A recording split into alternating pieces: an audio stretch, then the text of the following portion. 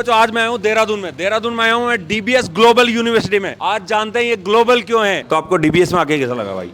Sir अभी तक DBS में आके अच्छा ही है, क्योंकि मेरे लिए लर्निंग काफ़ी ज़्यादा है, क्योंकि इतने सारे लोग हैं तो इन हर एक का पर्सपेक्टिव अलग अलग मिलता है। इतनी फैकल्टीज़ हैं तो हर फैकल्टी के साथ कुछ ना कुछ एक इंडस्ट्रियल एक्सपीरियंस है, तो वो एक अलग टॉप नॉच चीज़ें देता है। उसके साथ में अगर देखेंगे तो एक्स्ट्रा करिकुलर एक्टिविटीज़ भी हर वेंसडे को होती है, जैसे आज भी एक है। उसके साथ में हम लोगों को बाहर जाने की अपॉर्चुनिटीज़, जैसे हम लोग गए थे IIM, तो उसके लिए भी हमारे पास अपॉर्चुनिटी कि हम यहाँ से गए हैं IIM, फिर वहाँ जाके हमने एक हफ़्ता पढ़ा है पूरा, तो वहाँ की फैकल्टीज़, वहाँ के बच्चों से हमारा इंटरेक्शन हुआ, जो कि दूसरे कॉलेजेस में अभी नहीं है, जिसको ये अभी हम प्रायोरिटाइज़ कर सकते सर एक तो आपके बारे में बताओ, एक DBS global university leading AI university क्यों है? जी, मेरा नाम है डॉक्टर नवज्योति सिंह नेगी और मैं एसोसिएट डीन एकेडमिक्स हूँ डीबीएस ग्लोबल यूनिवर्सिटी में। आपने मुझसे प्रश्न पूछा कि डीबीएस ग्लोबल यूनिवर्सिटी अपने आप को leading AI university of India क्यों कहती है, तो मैं बड़े ही कम शब्दों में आपको इसका जवाब देना चाहूँगा। जब एआई की बात आती है तो सारी यूनिवर्सिटीज़ आजकल क्लेम कर रही हैं कि they are teaching the advance AI in their every courses, और वो कहते हैं कि एआई हर जगह हो रहा है। लेकिन जब एआई की बात आती है तो विश्वास रखिए, बाकी यूनिवर्सिटीज़ कहती है कि हम एआई कोर्स पढ़ा रहे हैं अपने वहाँ सारे बच्चों को। हाँ। तो सिर्फ एआई कोर्स पढ़ाने से ही कोई एआई यूनिवर्सिटी नहीं हो जाती है। एआई को इम्प्लीमेंट करना होता है, यानी कि पूरा का पूरा डिजिटल ट्रांसफॉर्मेशन जब तक कोई यूनिवर्सिटी नहीं करे अपने यहाँ, तो वो नहीं कह सकती कि वो एआई एक्चुअल में इनकॉर्पोरेट कर रही हैं। अगर मैं आपको एक एग्जांपल दूँ, जब बच्चा यहाँ पे फॉर्म भरता है एडमिशन के लिए, वो ऑटोमेटेड है। उसके बाद जब वो इंटरव्यू देता है तो एआई एजेंट अवतार उसका इंटरव्यू लेता है, जो 20 से ज़्यादा पैरामीटर में उसको जज करता है कि उसका कम्युनिकेशन कैसा था, उसका कॉन्फिडेंस कैसा था, उसके फेशियल एक्सप्रेशंस कैसे थे, उसकी लैंग्वेज कैसी थी, उसने कैसे कपड़े पहने हुए थे, वो कितना सीरियस था, सब कुछ एआई चेक करता है। और उसके बाद जब एडमिशन हो जाता है, उसके बाद हर कोर्स में एआई एम्बेडेडमेंट है, और जो एक्सपीरियंशियल लर्निंग है, वो सिमुलेशंस हों चाहे प्रॉब्लम बेस्ड लर्निंग हो, वो सब कुछ एआई यूज़ के थ्रू अपना सारे कोर्स करता है। उसके बाद जब एग्ज़ाम की बारी आती है, बच्चा हाथ से लिखता है सारी आंसर स्क्रिप्ट, वो सारी की सारी आंसर स्क्रिप्ट स्कैन होती हैं, और उसके बाद एक मल्टी एजेंट एआई सिस्टम वो सारी कॉपीज़ को चेक करता है और हर बच्चे को ये बताता है कि आपने ये प्रश्न का उत्तर ऐसे लिखा, आपको ये ऐसे लिखना चाहिए था, अगर आप इसको ऐसे लिखते तो आपको इतने मार्क्स मिलते। फिर वो सारी कॉपीज़ जिनके कमेंट्स बने हुए हैं, मार्क्स बने हुए हैं, एआई ने बनाए हैं, वो बच्चों को शेयर की जाती हैं। जब बच्चा कॉन्फिडेंट हो जाता है कि मेरे को सही मार्क्स मिले हैं और मैंने आज बहुत कुछ सीखा इन कॉमेंट से जो मैंने शायद करना चाहिए था आंसर करते हुए, उसके बाद ही जब वो सबमिशन करता है उसका कि आई कन्फर्म दीज मार्क्स, तब जाके उसका रिजल्ट जनरेट होता है। तो एक चीज़ मानिए कि इस सारी चीज़ों में एआई इंक्लूडेड है प्रोसेस में, ऐसा नहीं है कि हम सिर्फ एआई पढ़ा रहे हैं। और एक बार आपको बड़ी रोचक बताऊं, दुनिया में सबसे ज़्यादा बिजनेस जिस प्लेटफॉर्म के थ्रू होता है उसको बोलते हैं SAP, एक जर्मनी की कंपनी है। उसने एक बहुत एडवांस सिस्टम बनाया है, क्योंकि जो बाकी एआई सिस्टम है जैसे एंथ्रोपिक या ओपन एआई, इसमें हम बिज़नेस का डेटा नहीं डाल सकते, क्योंकि ये बहुत ही सिक्योर एंड सेफ डेटा होता है। तो इसके लिए उन्होंने खुद का प्लेटफॉर्म बनाया है जिसको वो बोलते हैं SAP बिल्ड, और जूल एक उनका को पायलट है। तो इंडिया की हम पहली ऐसी यूनिवर्सिटी हैं जो बिज़नेस स्टूडेंट्स को यहाँ पर SAP जूल पढ़ा रहे हैं। तो ये बहुत बड़ी बात है कि दुनिया की सबसे बड़ी बिज़नेस प्लेटफॉर्म कंपनी का सबसे एडवांस एआई अभी तक पढ़ाने वाली इंडिया में यूनिवर्सिटी सिर्फ डीबीएस ग्लोबल यूनिवर्सिटी है। इसलिए हम ये बोलते हैं कि we are the leading AI university of India. बिल्कुल सर, जैसे मैं यहाँ पे आया था इस कैंपस में तो मैंने देखा था कि हर चीज एआई से जुड़ी हुई है। जैसे मैंने देखा कि यहाँ पे सफाई भी एआई रोबोट कर रहा है सर। बिल्कुल, ये एक एआई एम्बेडेड रोबोट्स हैं जो पूरे दिन भर 12 घंटे यहाँ पे एआई से सफाई करते हैं। क्या नाम है आपका? साहिल शर्मा। कहाँ से हो आप? वडोदरा, गुजरात। अच्छा, एमबीए के अलावा आप एडिशनल क्या सीख रहे हो यार? एमबीए के अलावा जैसे हमें we are learning SAP SAS from industry experts, and उसके साथ साथ हमें बहुत सारे सर्टिफिकेशन कोर्सेज में भी हेल्प हो रहा है, जिसके जो एक्स्ट्रा इंडस्ट्री लेवल सर्टिफिकेट्स होते हैं उनमें हमको हेल्प हो रहा है।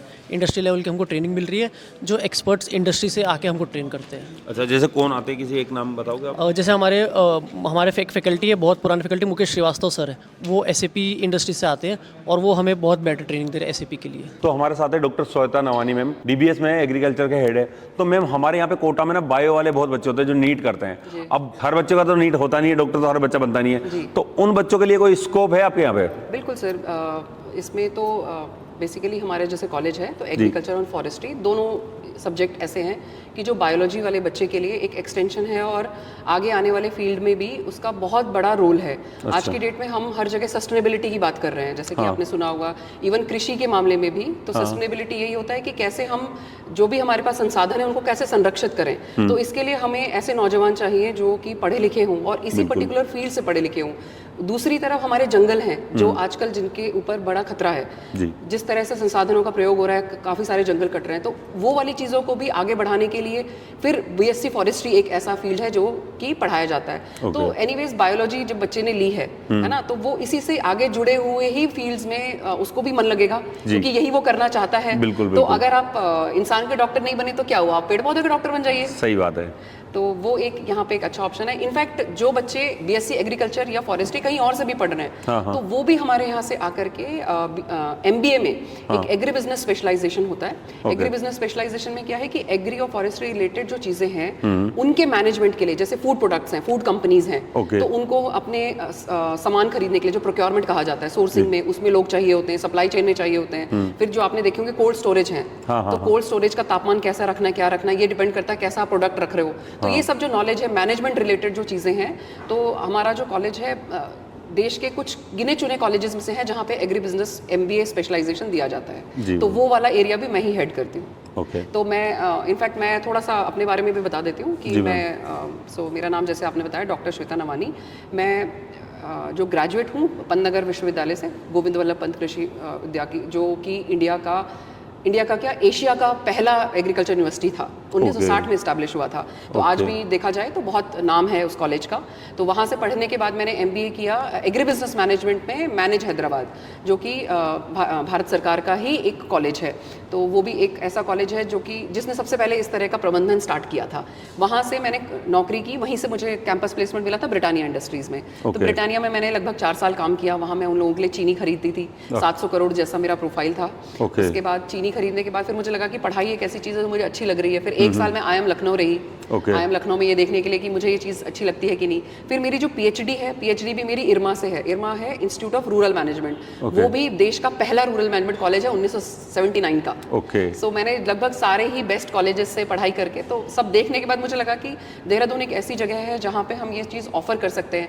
बच्चा आएगा, उसको एक अच्छा वातावरण, शांत वातावरण बेसिकली। और दूसरा हमारे कॉलेज की फिलॉसफी भी यही है कि ज़्यादातर भीड़ बढ़ाने से अच्छा है कि हम स्पेसिफिक बैच लें, हम उन बच्चों को लें जो पढ़ना चाहते हैं, जो कुछ करना चाहते हैं, और फिर हम उनको उनकी बेस्ट कैपेबिलिटीज़ को वो करें और उनको वहाँ पहुँचाएं जहाँ जाना चाहते हैं। एमबीए के अलावा अलग एक्टिविटीज़ क्या होती है आपकी एक्स्ट्रा? MBA में ऑब्वियसली पढ़ाई भी तो होती है, बट उसके अलावा हमें और इंगेजिंग रखने के लिए हमें पास बहुत सारी एक्टिविटीज़ हैं। जैसे कि क्लब्स हमारे पास डिवाइडेड है, लाइक HR, मार्केटिंग क्लब्स, ये तो हमारे थोड़े सब्जेक्ट रिलेटेड हो गए। कुछ स्पोर्ट्स रिलेटेड भी है, जैसे कि बास्केटबॉल, बैडमिंटन, पूल क्लब। तो इसमें all the students are very engaged, activities में पार्टिसिपेट करते हैं। हर महीने हर क्लब की एक एक्टिविटी होती है, जिससे हमें obviously out of the box भी जाके सीखने को मिलता है एंड प्रैक्टिकल इंसाइट भी मिलता है, जो कि एक स्टूडेंट को रिलेटेड टू इंडस्ट्री और द वर्ल्ड बहुत ज़रूरी होता है। DBS यूनिवर्सिटी में मनीष सर के साथ। और सर, जैसे मैं ये जानना चाहता हूँ, अभी AI बड़ा ग्रो कर रहा है, तो आप लोग AI के लिए क्या कर रहे हैं? मतलब बहुत अच्छा सवाल आपने किया है। जी सर। आज के यूथ में ही नहीं बल्कि हमारे एज वाले भी लोग अब घबरा रहे हैं कि AI आ गया है, क्या करें। जी जी जी। तो एक चीज़ आप याद रखो, सबसे पहला जो एक इंसान ने खोजा था वो था आग। तो आग तब तक प्रॉब्लम था जब तक वो कंट्रोल में नहीं था। सही बात। जैसे ही इंसान ने उसको कंट्रोल किया, उसके बाद आप देख लो सारी तरक्की शुरू हुई। सही बात है। उसी तरह अब ये दूसरी एक खोज है, AI। ये भी वो आग है जिसको आपको कंट्रोल करना है। सही बात है। ये आपके जीवन से जाने वाला नहीं है। जब हम स्मार्ट सिटी की बात कर रहे हैं, स्मार्ट हेल्थ केयर की बात कर रहे हैं, स्मार्ट मैन्युफैक्चरिंग की बात कर रहे हैं, सही बात है, तो ये तो रहेगा। स्मार्ट होम की बात कर रहे हैं तो आपके साथ में ये रहेगा। तो बेस्ट तरीका है कि इसको कैसे सीख लिया जाए, इसको साध लिया जाए। तो ये काम हम लोग कर रहे हैं DBS ग्लोबल यूनिवर्सिटी में। केवल इसमें ये बात नहीं है कि AI अपने आप में कुछ नहीं है जब तक कि आप उसको कहीं और पे अप्लाई ना कर सको। तो हमारे यहाँ 3 स्पेशलाइजेशंस है, AI/ML, data science and cyber security. हर बच्चे को 2 स्पेशलाइजेशन मिलता है, एक नहीं 2।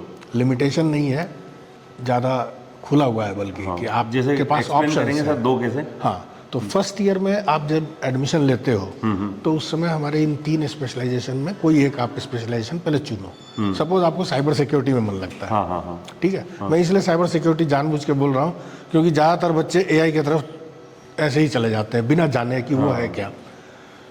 तो साइबर सिक्योरिटी आपने फर्स्ट ईयर में लिया, तो फर्स्ट ईयर से थर्ड ईयर तक आपके इंजीनियरिंग और साइबर सिक्योरिटी के सब्जेक्ट्स चलेंगे जो इंडस्ट्री से रेलिवेंट है। और ये सब्जेक्ट कोई टूल सिखाना नहीं है। ये अगर कोई सोचेगा कि हम 2-4-10 टूल सिखा देंगे जो इंडस्ट्री में यूज होता है, तो ऐसा नहीं है। टेक्नोलॉजी उसके पीछे क्या है, क्योंकि हमें तो वो बनाने वाला बनना है। सही बात है, ठीक है। और थर्ड ईयर में जा करके उसके पास में ऑप्शन होता है एक और लेने का, सेलेक्ट करने का। अब वो एआई ले सकता है, डेटा एनालिटिक्स, डेटा साइंस ले सकता है। और इन दोनों का ही काम साइबर सिक्योरिटी में होता है। तो जब हमारा बच्चा यहाँ से निकल करके जाए तो इंडस्ट्री के लिए वो रेडी होना चाहिए। बिल्कुल सर। ड्रोन तो आपने बहुत जगह पे देखा होगा। बिल्कुल। ये 17 kg पेलोड उठाने वाला एक ड्रोन है जिसमें अभी एग्रीकल्चर के लिए हम लोग स्मार्ट एग्रीकल्चर के लिए इसको तैयार कर रहे हैं। अच्छा। लेकिन सबसे बड़ी खासियत इस लैब की ये है कि हम यहाँ पे ड्रोन की मैन्युफैक्चरिंग भी कर सकते हैं पार्ट्स। ओके। वो हमारे पास 3D प्रिंटर्स हैं। आइए आपको दिखाते हैं कैसे साइकिल पूरा होता है। बिल्कुल। तो बच्चे पहले आकर के इस पे एक प्रोटोटाइप बनाते हैं इस टाइप के मटेरियल से।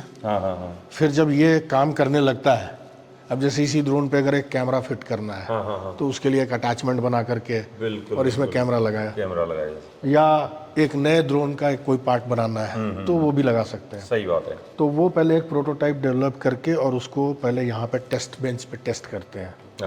जब वो हो गया तो हमारे पास ये दोनों प्रिंटर कार्बन फाइबर में प्रिंट करते हैं। तो उससे एक्चुअल कंपोनेंट भी निकाला जा सकता है। वो निकाल करके ड्रोन में लगाया जाता है। तो डीबीएस ग्लोबल यूनिवर्सिटी में हम लोग, और हमारे साथ एक और स्टूडेंट जुड़ गए, बीटेक के हैं। ये कैसा एक्सपीरियंस है आपका? एक्सपीरियंस ओवरऑल काफ़ी अच्छा है। हमें बिल्कुल कॉर्पोरेट फीलिंग आती है पढ़ाई के साथ साथ, और हमें काफ़ी अपॉर्चुनिटीज़ भी मिलती हैं जिसके थ्रू बच्चे खुद ब खुद इंडस्ट्री रेडी हो सके। जैसे हमारे प्रोफेसर्स और स्टूडेंट्स भी आईआईटी रुड़की के साथ कोलैबोरेट करके हमने ई समिट कंडक्ट कराया था। उसके बाद हम आईआईटी रुड़की भी गए थे जिसमें वहाँ पे हमें प्रॉपर एक्सपोजर मिला था कि कॉम्पिटिशन्स कैसे होते हैं, हैकाथॉन कैसे होते हैं। उसके साथ साथ हमारा एक हफ्ते का ड्रोन वर्कशॉप भी हुआ था जिसमें हमने ड्रोन की जितनी भी टेक्निकलिटीज़ हैं, लाइक वो फंक्शन कैसे करता है, मतलब दिखता तो बहुत आसान है कि बस ड्रोन चला लो, बट उसके पीछे जितनी भी टेक्निकलिटीज़ हैं हम उसके बारे में बेटर अंडरस्टैंड कर सकते हैं। उसके साथ साथ हमारी पर वीक मंथ में लाइक 1 वीक हमारी HCL टेक करियर पाथवे के साथ क्लासेस होती हैं जिसमें खुद प्रोफेसर्स आते हैं, हमें बताते हैं कि इंडस्ट्री में क्या चल रहा है, क्या अपडेट्स आ रही है।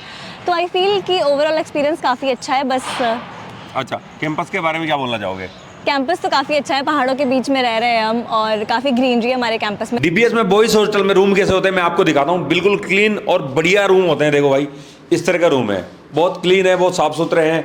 ये डबल बेड है, डबल टेबल इसमें लगा हुआ है और डबल बेड आपके लगे हुए हैं। इधर से आप बालकनी देख लेंगे, बहुत प्यारा व्यू है। ये लेट बात है यहाँ पे, ये भी दिखा देते हैं अपन। ये है क्लीन से, और ये आपके रेक वगैरह है सामान रखने के लिए, ये भी दिखा दीजिए भाई। तो बहुत ही प्यारा साफ सुथरा रूम है भाई। तो ये 5th फ्लोर है और यहाँ पे सिक्योरिटी देख रहे हैं आप, बिना परमिशन के, बिना फेस आईडी के बच्चा यहाँ पे अंदर नहीं जा सकता।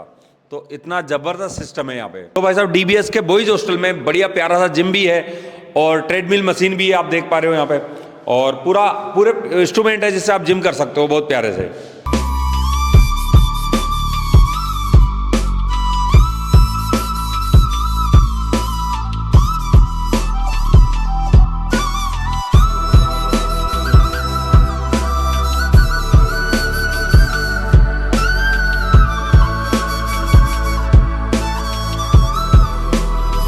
तो बच्चों, मैंने पूरा कैंपस विजिट किया। कैंपस बहुत अच्छा है, फैकल्टी इनकी टॉप क्लास की है, टॉप इंस्टीट्यूट की है, ग्लोबल है। बाहर के, इंडिया के बाहर के इंस्टीट्यूट से भी आप सर्टिफिकेट ले सकते हो, वहाँ से भी पढ़ सकते हो। 20 कंट्रीज़ है जहाँ से आप सर्टिफिकेट और यूनिवर्सिटी से टाइप है इनके। और इसके अलावा बॉयज़ हॉस्टल और गर्ल्स हॉस्टल यहाँ पे सेपरेट है और अच्छे हैं, और प्लेसमेंट यहाँ के बहुत अच्छे हैं, और AI में टॉप रैंक यूनिवर्सिटी है। तो यार, इतनी बढ़िया यूनिवर्सिटी है, और एडमिशन के लिए आप इस नंबर पर कॉल कर सकते हो या इस QR कोड को स्कैन कर सकते हो।